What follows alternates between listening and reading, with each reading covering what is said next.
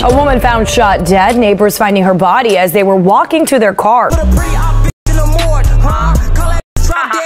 Ako nga pala si Cyberflex at ating alamin ang kwento ng bawat bala na tumagos sa pamamagitan ng kanyang mga bara. Police investigating after a man was shot in the head. Bullets to his top, upper ligament, blunt to the head. Shot in the head. Na animoy isang demonyo. That's not human. Na may resibo ng mahigit 10 mga ulo bago siya sumikat bilang rapper. A student was shot here at Central High School. I caught him coming home from school and shot at all of them. At maging kauna-unahang rapper na serial killer. A man that was shot in the chest has now died. He is a serial killer and he was a demon in human form.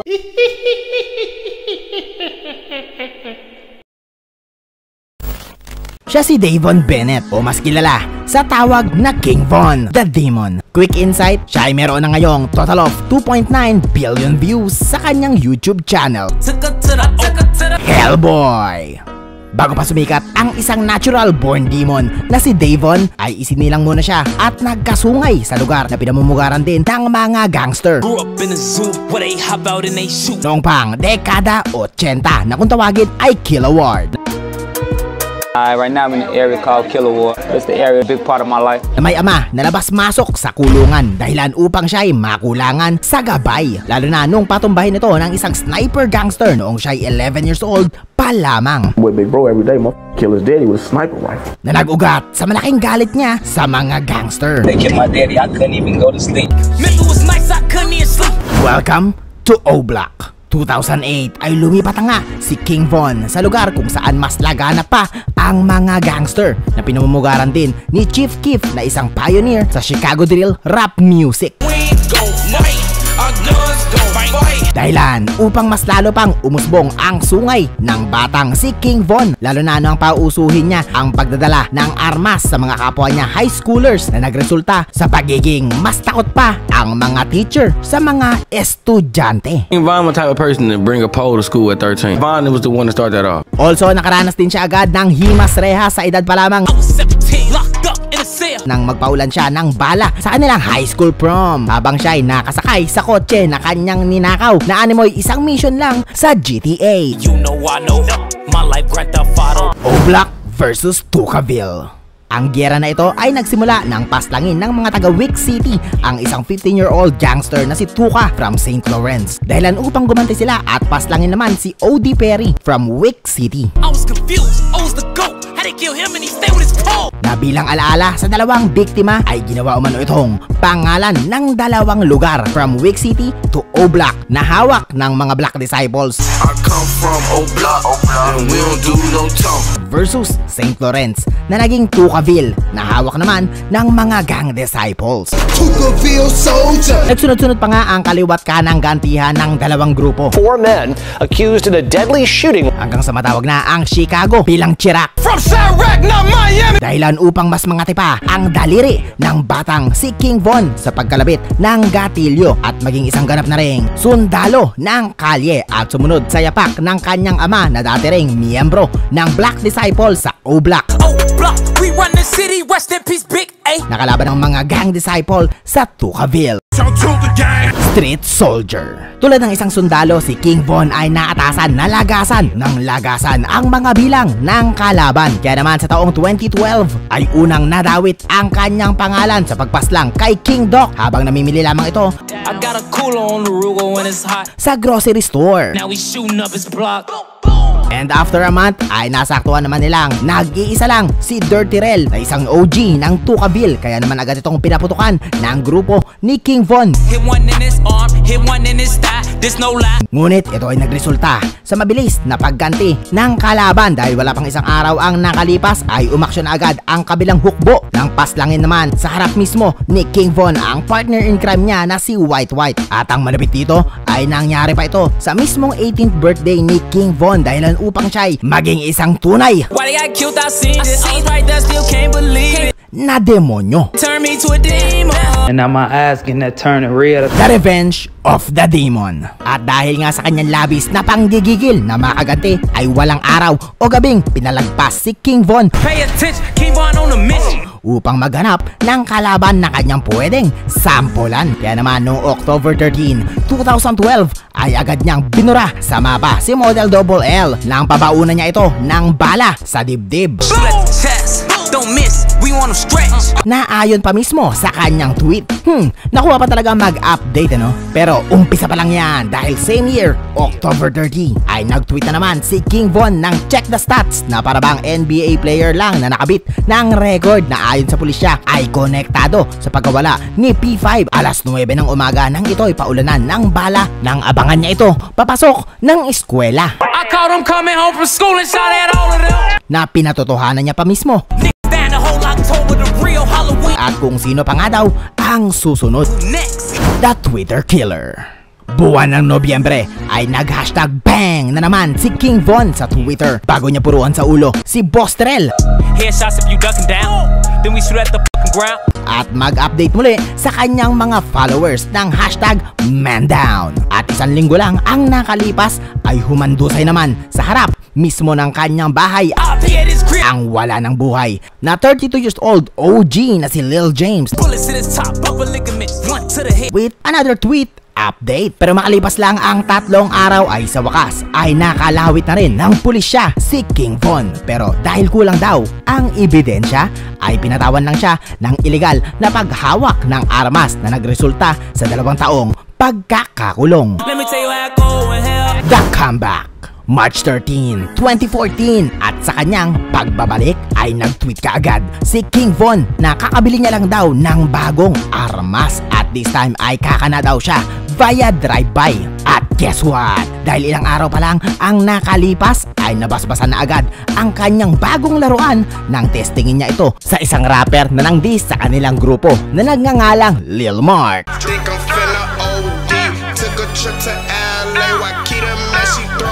Na agad niyang pinagbabang-bang nung nakita niya itong nakatambay sa bus stop. At nag-tweet pa na isi-celebrate daw nila ang kanyang death day. I'm right here kicking with Lil Mark. Thug Love. Same year, different month, isang female gangster assassin in the name of KI ang napusuan ni King Von. Siguro dahil pareho silang notorious sa pagpaslang. KI was one of the most feared shooters in the history of Chicago. She was just a teenage girl, the female assassin of O-Block. However, KI does not fall on trap at binasted kaagad si King Von. Kaya naman nang matsyempohan niya ito ay pinaslang niya rin ito. Literal, nasawi sa pag-ibig.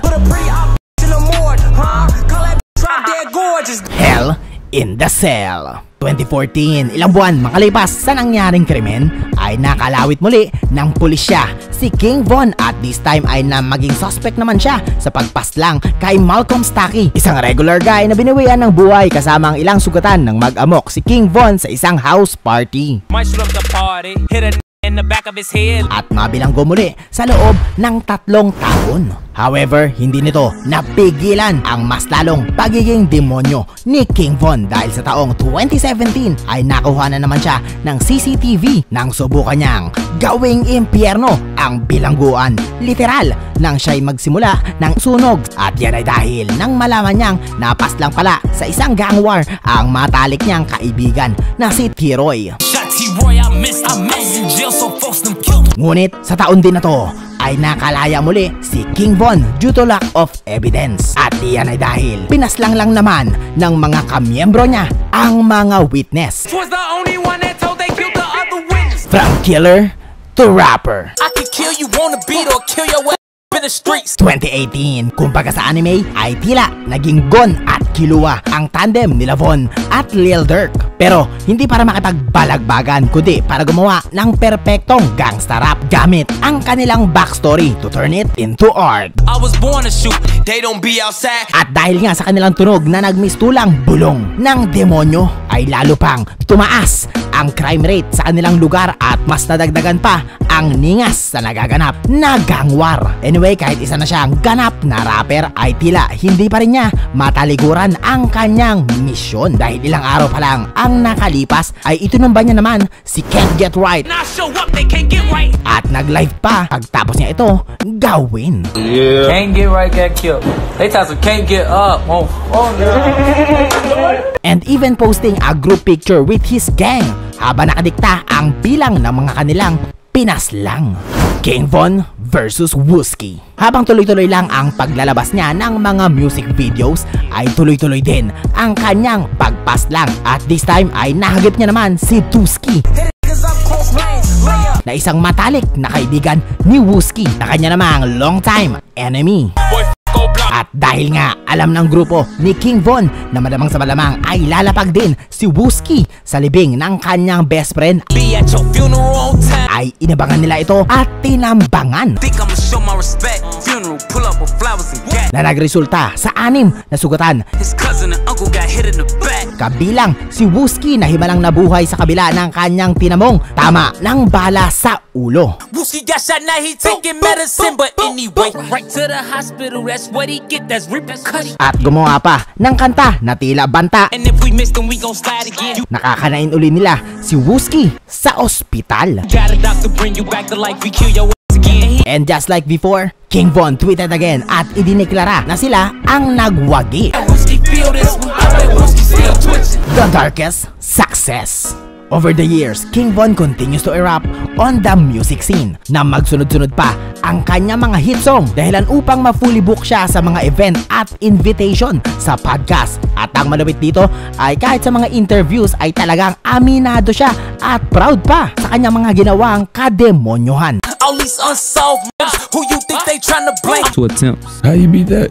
What you mean, I I mean, you didn't do it clearly. You gonna have a lawyer. That's how we move. However, dahil dito ay nakulong muli siya for self-snitching at sa pamamaril, I'm the first name they say in the shootout. kasama si Lil Durk nang pagtangkaan nila ang buhay ng isang football player na si Alexander Witherspoon. Lil Durk and his co-defendant Devontae Bennett were seen on camera involved in shooting Alexander Witherspoon. He said his chain was snatched off his neck. Get your chain snatched. And they stole the vehicle he was driving. How are you rich and you're robbing people? Man, that's a... I was in the job.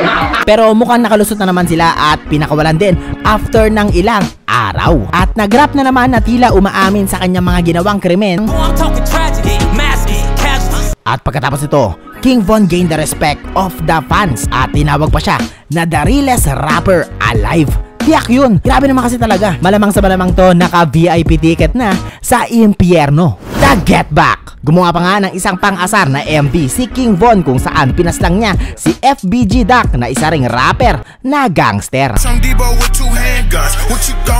Na agad namang bumuelta at sinabing binugbog niya daw kasi noon si King Von sa school bus, kaya hanggang ngayon ay galit na galit ito sa kanya. I went to school like Duck and all them.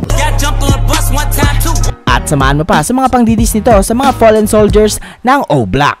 T-Roy and OD them dead. And King Von didn't like that, obviously. You getting shot if you too cocky. Pero kahit kating-kati na ang kanyang daliri sa pagkalabit ay napag-isip-isip niyang dahil marami na nga ang mawawala sa kanya kapag nakulong pa siya ngayon, ay ginamit na lang niya ang kanyang salapi upang magbayad ng mga gangsta assassin na kung tawagin ay Get Back Gang. They saying Vontae back, cause Get Back Gang, they got my back. Kung saan nagpatong siya ng $100,000 sa ulo ni FBG Duck. I gave out 100, boy, I bet they come. Na naging sanhi sa agarang pagpaslang sa kanya noong August 4, 2020 sa labas ng isang sikat na fashion store. Get back, last got killed, King Von don't play.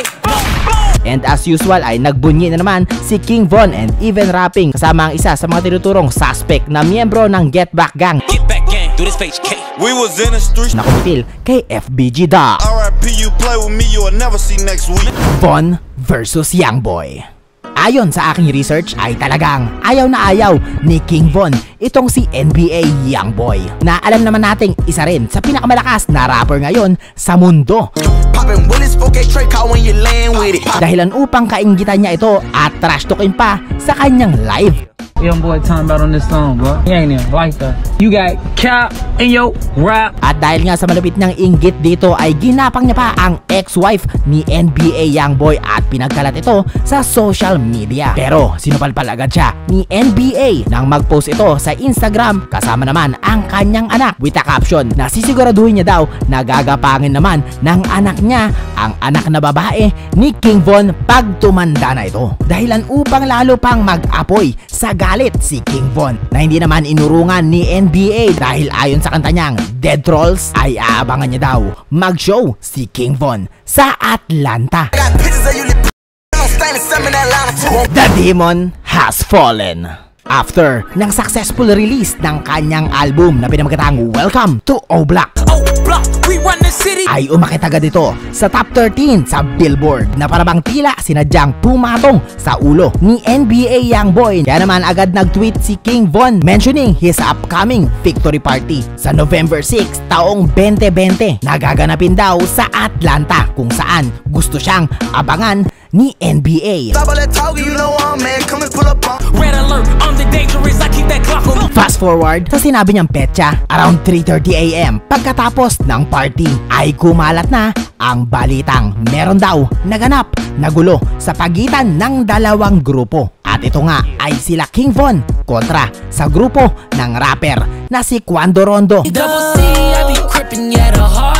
na affiliated din kay NBA Youngboy. At dahil mas marami nga ang kasama ni King Von ay nag-alaman ni Pacquiao kaagad ito at pinaulanan ng suntok si Quando Rondo. Ngunit ang hindi niya alam ay armado pala ang isang kaibigan ng kanyang kaaway na nagngangalang Lil Tim, na walang pagdadalawang isip na tapusin ang kanyang buhay.